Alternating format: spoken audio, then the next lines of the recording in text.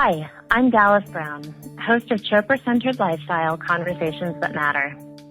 Today, I'm being joined by father and son team Don Miguel Ruiz and Don Miguel Ruiz Jr. Don Miguel Ruiz is the international best-selling author of a series of books, including The Four Agreements, which spent over 7 years on the New York Times bestsellers list. He has dedicated his life to sharing the wisdom of the ancient Toltec through his books, lectures, and journeys to sacred sites around the world. Don Miguel Ruiz Jr. is a Toltec master of transformation and is the son of Don Miguel Ruiz. By combining the wisdom of his family's traditions with the knowledge gained from his own personal journey, he now helps others realize their own path to personal freedom. Welcome to you both. Thanks for being here with us. Good morning. How are you? Thank you so much. It's so exciting to have you with us, and we can't wait to have you with us this summer at Seduction of Spirit, our meditation retreat. And the theme of this meditation retreat is living a life of awareness, and that's really something that has been a major theme for both of you and for your families, hasn't it? Yes. It's about living a life of communion with life. You know, to me, the word awareness reflects the action of having a communion with life and with ourselves, which means to be able to see life as is without distortions, and being able to listen to it and engage it. You know, we are continuously interacting in a form of perceiving and projecting. So having that awareness is basically having that communion with our environment so that we can interact with it and coexist with it, as well as coexisting with ourselves. We can't give what we do not have. So living a life of awareness is enjoying life, living life to the fullest, to the degree of enjoying who we are at this very moment and loving ourselves because of that. Absolutely. And the way that you've done that, both of you, and is very tied to your family traditions and to Toltec wisdom and the wisdom of your mother and grandmother. Can you share a little bit about what it was like to grow up in your household with these traditions? Well, it's exciting. You know, for me, it's family.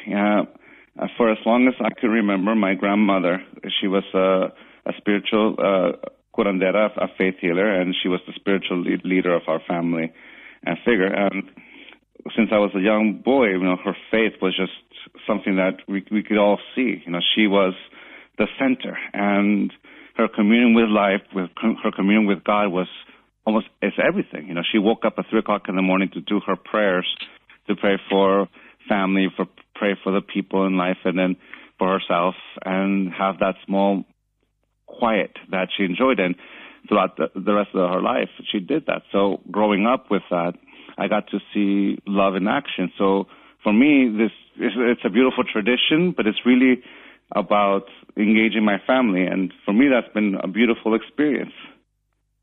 How has it influenced Don Miguel Ruiz, the way that you parented, and Don Miguel Ruiz Jr., how did it influence the way that you experienced life as a child, growing up in a family like this?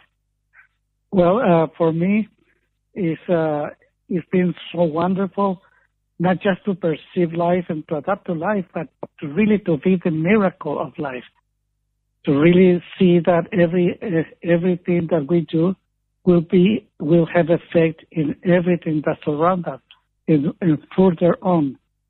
Then what I learned from my mother, my grandfather, my great-grandfather, is really to be the miracle of life in action. Not just perceiving, but be part of the great creation. Because our mind is always creating. You know, we are artists. Life is art. And that's what we do all the time. We create a masterpiece of art, which is our own life, the story of our life. And it's about sharing, giving, receiving, to communicate, to commune with everything, which is really live in love, rising in love in any interaction that we have with everything that exists around us, but especially with ourselves, because that's what we find out, that we are the love of our life. And everything is just about to sharing that love wherever we go. And the way that affects with the parenting is that one of the things that people don't tell us about becoming a parent is that we parents are playing it by ear. We have no idea what we're doing, but we're continuously engaging a living being who has their own sense of perception, their own direction in life, their own free will. So the way I've witnessed my father raise us, because in me being the oldest, I saw my dad's progression in his discipline. I remember the man who was the medical doctor. I remember the man who let go of the medical career and engaged this tradition, and I saw the man who he became eventually. And the parenting styles differed, like as when he was younger, it was strict. It was what culture told them to do. And as he grew up and expanded in his own personal journey, he adapted. And it's something that in my life, what I've learned from that is that our kids are the ones teaching us how to be the parent for them, because each individual is different. In my kids, my son is 9, my little girl is 7, and they are both two unique individuals. And if I only have one set of parenting, then I will address one and not the other, or the other versa. But it's about interacting with them, interacting who they are. And it's the same with my wife, it's the same with my father, it's the same with my brothers and everyone in life. We engage the individual. And the thing about being a parent and raising and being a parent is that out of 7 billion human beings, I'm the only person who has the job for these two beautiful souls, just like my father had for me and my 2 brothers. So the parenting skills, the way it evolved and changed, is simply what my father was saying, is that we are engaging love, and we can't give what we do not have. So in practicing it, it's simply allowing ourselves to be willing to unlearn all these things that we need, that kind of controlled our intent or subjugated our will, and begin to engage and use the knowledge and awareness of life that's in front of us. Like, instead of seeing an illusion and looking for an illusion of how our kids are supposed to be and what they should be doing, we look at the truth of who they are as an individual, and we adapt to that. It's like with my wife. She's not the same person she was when we got married, and we evolved with that. If I still treated her the way we treated each other at the beginning of the marriage, well, then I'm living in an illusion, because the woman she is now reflects those 11 years of life, and so with myself. So it's that constant communion with myself and my wife, as my kids, as my father, that allows us to evolve. And that's it. Allowing us the capacity to evolve with every experience of life. I love that, because it's really about showing up in creative response to everything around you, to all the people around you, and to all of the life around you. I want to ask Don Miguel Ruiz, because I think so many people experience this moment where they're going down one path and they think they've got it figured out. For you, you were a medical doctor, and then your life took a very different direction. And I know it was some time ago now, but I wonder if you could share about what that moment was like for you, and that calling was like, that brought you into the world that would become your life's work. Well, it's really a wonderful moment. It's a moment of complete awareness, because, like I said before, I learned from my family that we are the miracle of life. We are the action, and we create the story. Well, until that moment, the story of my life was to be a medical doctor, to be a surgeon, to practice surgery with my 2 brothers, and to be busy all day long in a hospital. But then in a certain moment, like I said before, I realized that I am life in action. And there's something that I want to share with everyone. It was more important for me to understand the human mind, to understand how the mind works, the reason why we suffer, and how can we escape from our own story. Then I decided to let go medicine and to go deeper into the mind in order to understand that. And it was a work for around 11 years, working with a lot of apprentices, see all these actions and reactions. And the challenge was to simplify everything that I learned with interaction with my apprentices. And the result was this little book, The Four Agreements, who went already all around the world, being translated in more than 40 languages right now, and it transformed a lot of life because they really understood the point that they are that miracle of life in action. And everything that we do is really based on agreements. Then from that point, my life, it was just to share this message wherever I go, especially to my own children and to myself. And I keep writing more books and sharing more and more until my body will stop me. Until that point, my message will keep going and going and going because my message is everybody's messages. Because humanity is only one living being. And we have the honor to be part of that living being, which is humanity. Yeah. And the Four Agreements is a book who, as you said, has just resonated so strongly all over the world and been translated into so many languages and continues to be so relevant. And I'd love to dive into that a little bit, but first I'd really like to ask you about the title, because the title is always something that has been a curiosity to me, because it's not the four laws or the four things you must do. You call them agreements, which really implies a relationship there and a contract almost. And who is it? What is that agreement? Who is that agreement between? It's between you and yourself.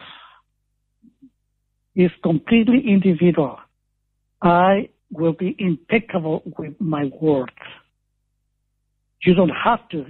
You make an agreement and you decide. And you can break it and embrace it again. I will not take anything personally. I will not make assumptions. I always will do my best. It's that laws, it's that commitments, it's agreements. And it's changing and shifting. The way I describe an agreement is when I give a class is this way. In physics once we're taught that there needs to be a force. In order for an object to move, there needs to be a force that moves it. Well, I am the force that moves this body. I am not this body, but I am the force, that energy, that spirit life that gives this body life. So I'm the force that animates this body. So when I say yes, I can move my arm, I can move my leg. The ability to do that allows me to move it. You know, I say yes to taking a step, yes to talking, yes to engaging. The same energy I use to move my arms, to move my legs, is the same energy I use to create a thought. At the root of every belief I have in my belief system, there is a yes. So my yes is very powerful. And if I say no to something, well, my no is just as powerful as my yes, because when I say no, I'm not going to use this energy, this intent, this life force to animate my body or to use it to manifest that thing. So my yes and my no are the instruments by which I create my work of art. You can call it my will. My yes and my no are expressed through my will, or you call it intention. So to have free will is to be able to say yes and no with a complete freedom of life. So the word agreement, the word itself reflects the action of saying yes, that I am going to use this energy to manifest something. So from that point of view, the 4 agreements or the 5th agreement as well, or any other agreements we make in life, it's a commitment not because we're supposed to or we have to. It's because it's simply the expression of this is how I want to use this energy to manifest this one thing. I want to be impeccable with my word. I give that agreement life because it is the intent that gives power to a word. You know, a word is an empty symbol whose definition is completely subject to my own agreement. So you can see it from that point of view. I can be impeccable with my intent. Don't make assumptions is basically the willingness that I'm going to use my energy, this intent, to open myself up and listen to life without projecting onto it what I think it should be or my projection of an illusion. I'm willing to listen to life. I'm willing to have the patience to listen to the whole story or how everything is manifested. To not take things personal is I'm going to use my energy to respect my will that ends at the tip of my finger, and I'm going to respect the will of the rest of the 7 billion human beings living in life. And I'm not going to take responsibility for their will. I'm going to take complete and total responsibility for the will I do control, which is my own. And that's that faith in myself, that faith in being able to express this intent, which means to always do your best. I'm saying yes to always put into motion this intent, this expression of life, this communion with life. So the word agreement, from that point of view, simply is a word that reflects the action of saying yes. I love that. That's such a wonderful definition. Now, the principles of the 4 agreements in many ways are very simple. Right? These are tell the truth, don't blame other people. All of these things are things that many of us learned growing up, but they're actually quite radical and hard for people to do. And perhaps that's why this book has maintained such incredible relevancy and continues to be a guide for people. What do you say to people who say, this is hard, this is too hard, how do I do this in my life? Well, it's extremely simple. If we just understand that everything comes from love. And when we was born, our love was completely unconditional. We just love without even know what love is. We just love. But we learn to love the same way that society does, just like the way of our family do. They love everything with conditions, and that is exactly the problem. I love you if you let me control you. If you do whatever I want you to do, then I love you. And we learn to love everybody in that way. And everybody love us in that way.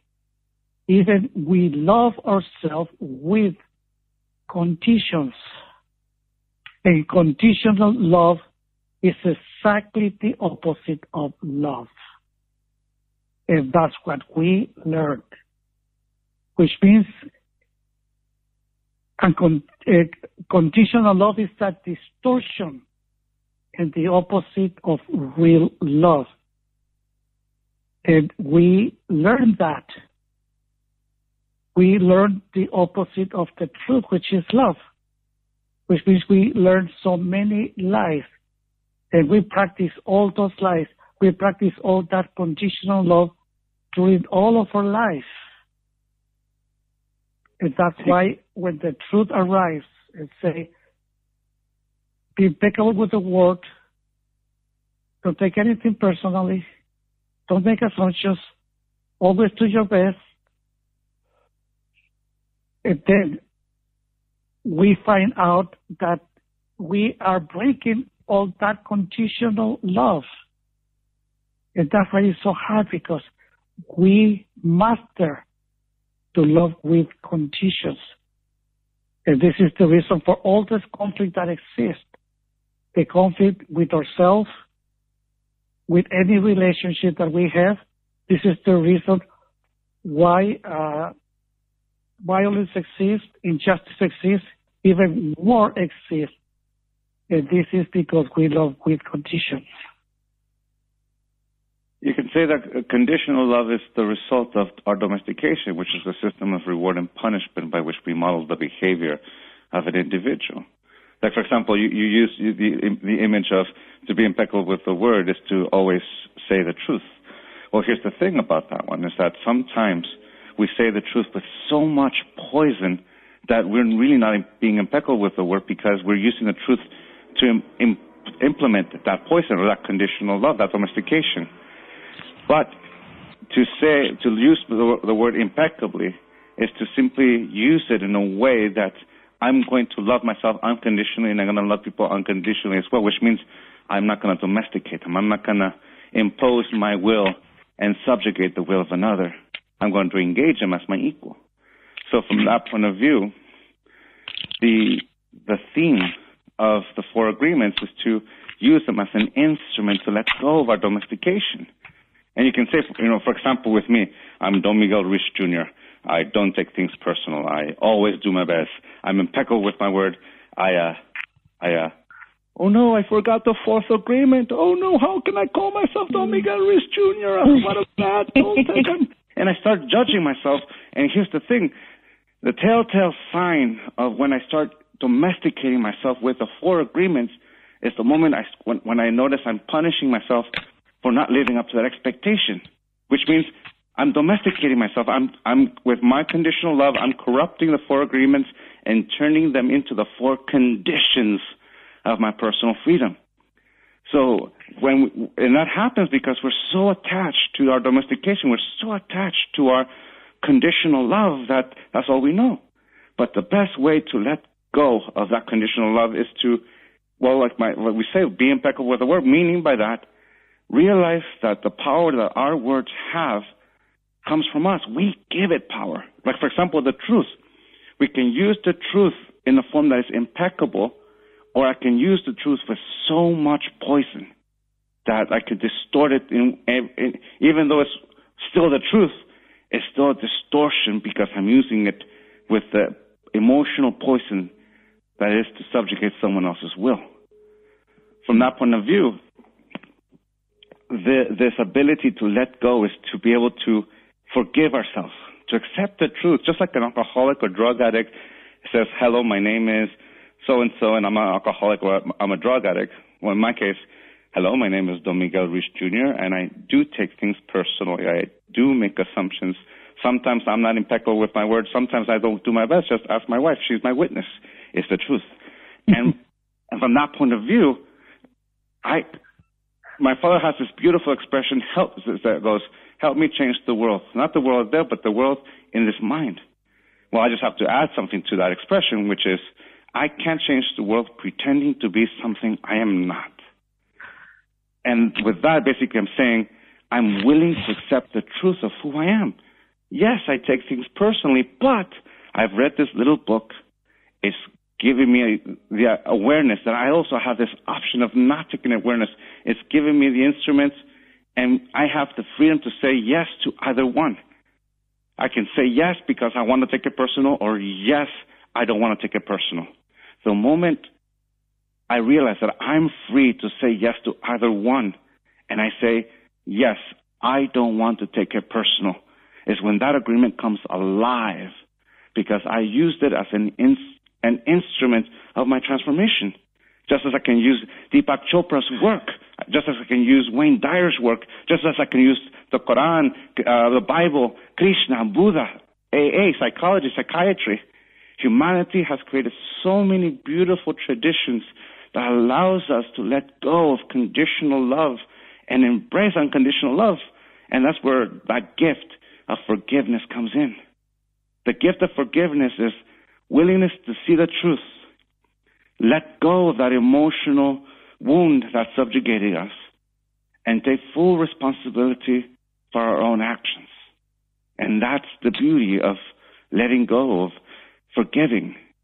and most importantly, unconditional love. That's so beautiful. And what rings so true for me is that this book, The Four Agreements, if this is only an intellectual exercise for you, then it doesn't work. It's the thread, the foundation of everything, as you say, is love. It's love. It's truth. It's freedom. Yeah, it's like if you read a cookbook, a recipe cookbook, and you only read the recipes but never apply the recipe, you'll never know what that meal will taste like. The only way to find out is to apply it. And you might succeed the first time, you might fail the first time, but with practice, you start getting into it. You start knowing how to use this information, this knowledge, and then eventually we start adding our own ingredients or subtracting an ingredient, adding more cook time. And all of a sudden, that recipe becomes alive because we're using it to express our intent. Now, I would like to move us over to a newer book, The 5 Levels of Attachment, which really builds on the 4 agreements. So it takes things to a further level. Tell me about this book. Well, it's the attachment to knowledge is basically when we're so attached to knowledge, we become basically attached to our conditional love. So if we use the image of a flower, let's call this flower awareness. At level 1, the authentic self, this flower is completely open. And it's open because I know that I'm alive. My grandmother had a question for me during my apprenticeship with her, which is, do you control knowledge or does knowledge control you? When I control knowledge, it's an instrument that informs my choice, my will. But when knowledge controls me, knowledge can subjugate my will if I let it. My whole yes and no is dictated not by my free will, by this belief. So the answer to my grandma's question at level 1 is that I am a living being, and I'm aware that I'm a living being, regardless of what I think, regardless of what I know. I am alive, and I can go in any direction in life. Just like a newborn baby, you can see a newborn baby, that infinite possibility that could be anything, because we see in a baby a living being that has his or her life ahead of him. So at level 1, the difference between me and that baby that my dad held and my mom held when I was a baby is that I know how to use this body and I know how to use this mind. So I'm aware. I am alive. Level 2, preference. Imagine that flower engaging a moment and it closes briefly, and when the moment is over, it's able to detach. Attach, detach. You can have a pulsating flower as it engages with everything. If we lived in New York City, that flower would be going really rapidly, engaging with everything, and disengaging, engaging, disengaging. So basically, preference is realizing that out of all these directions I have in life, I prefer this one. I'm going to say yes to this possibility, this opportunity. And when the moment is over, I'm able to let go. So the answer to my grandmother's question is, I am aware that I am alive, that I am the authentic self, and I use knowledge as this instrument to navigate the world.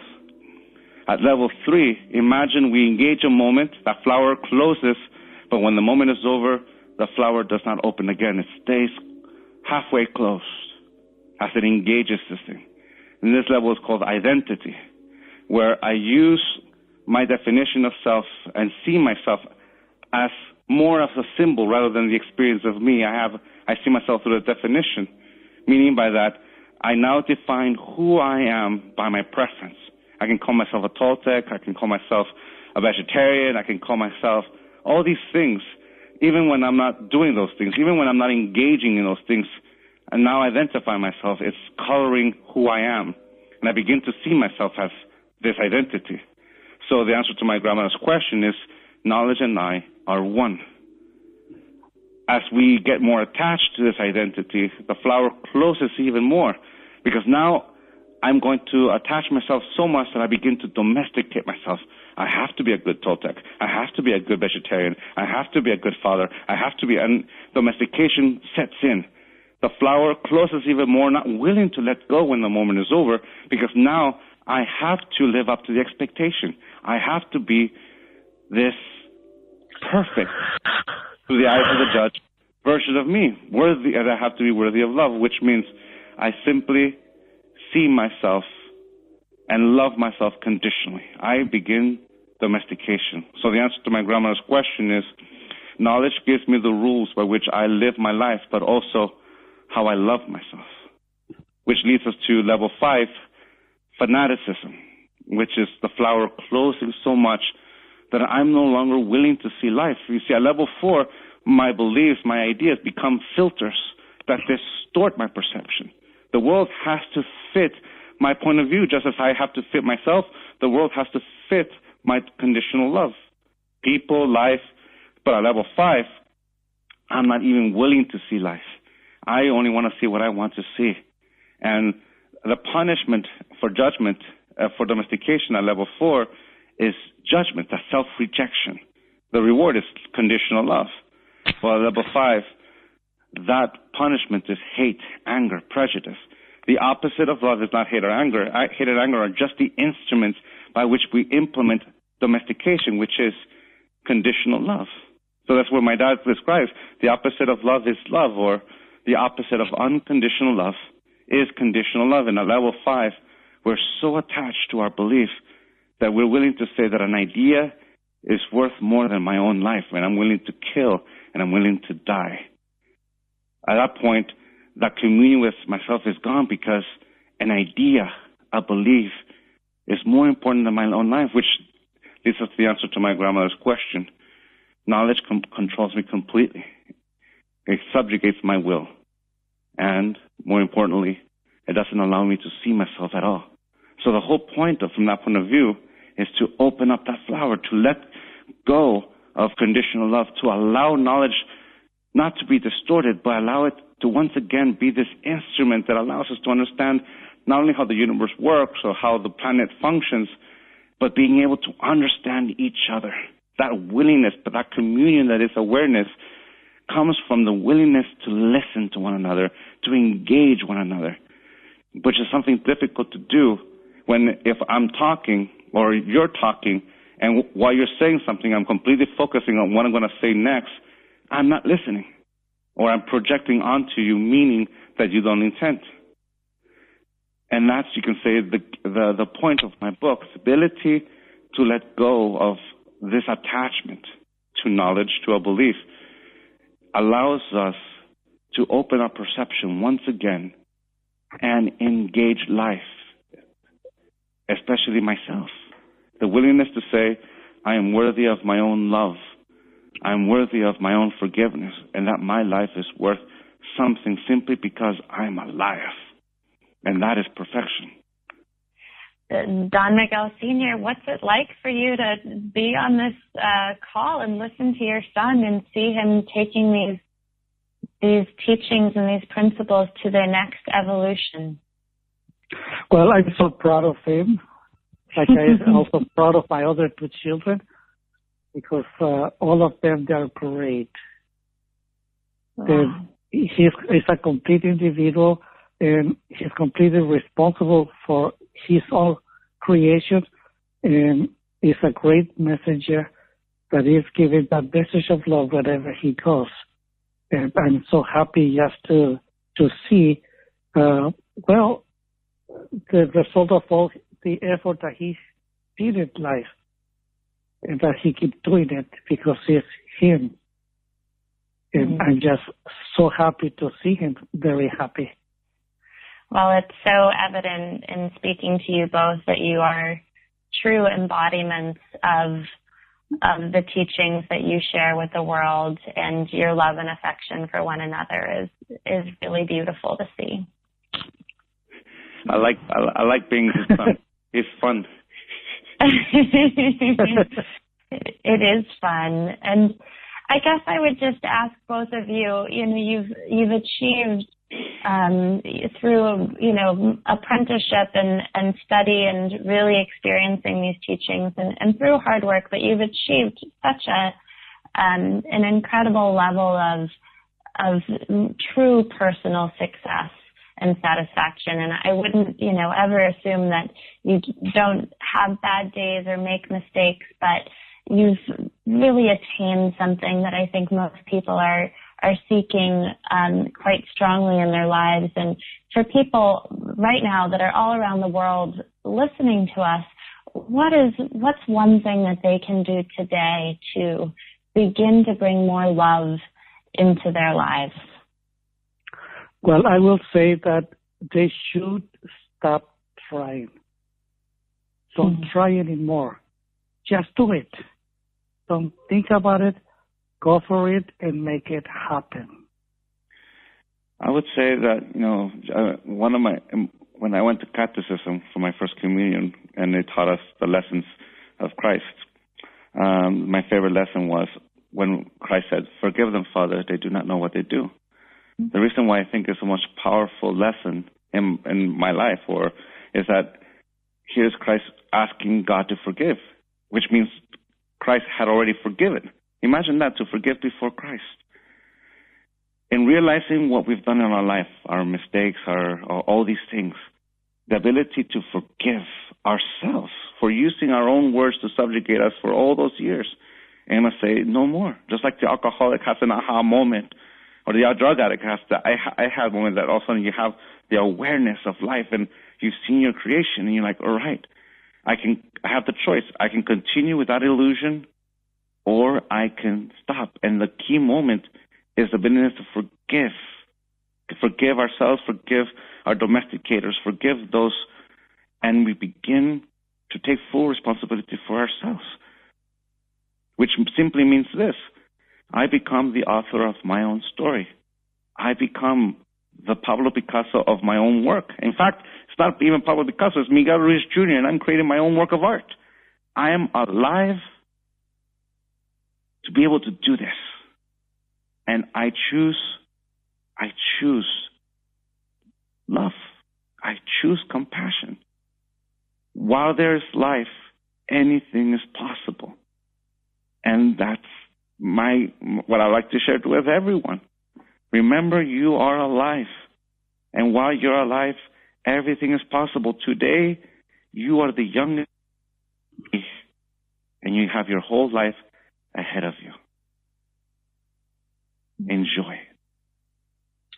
Don Miguel Ruiz. Don Miguel Ruiz Jr., thank you so much for being with us today. We've enjoyed it immensely, and we can't wait to see you this summer for Seduction of Spirit with Deepak at the Chopra Center. Really looking forward to that. Thank you so much for the opportunity. It'll be such a wonderful honor and such a fun time. We'll see you very, very soon. Take care until then. And God bless you. Big hugs with all my love.